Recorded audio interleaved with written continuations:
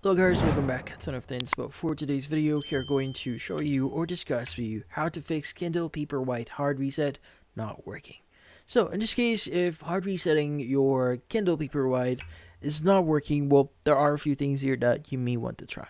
So first things first is you want to charge it first. So before anything else, you want to plug your Kindle in for at least like 30 minutes. A completely drained battery can prevent a reset from working at all.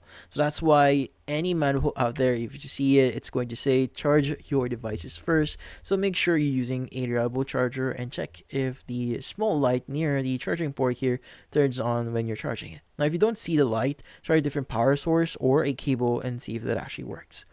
Now, next is you may want to also check the power button. So power button is going to be at the very bottom here.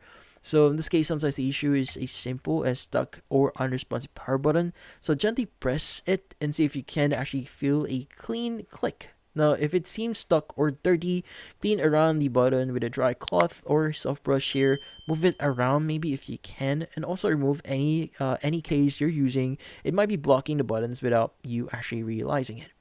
Also, you may want to try an alternate reset method here if that doesn't work. So if holding the power button alone doesn't work for you, you want to basically connect your Kindle to a computer. So again, you want to connect it to a computer, and then you want to hold down the power button for about like 30 to 40 seconds.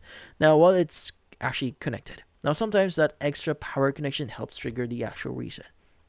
Now, also, you may want to check for any software updates here. So if your Kindle's firmware is outdated, it might interfere with the reset function. So you want to go to your settings, then go to device options and software updates. If there are any new versions available, install it first, and a reset might work smoothly afterwards.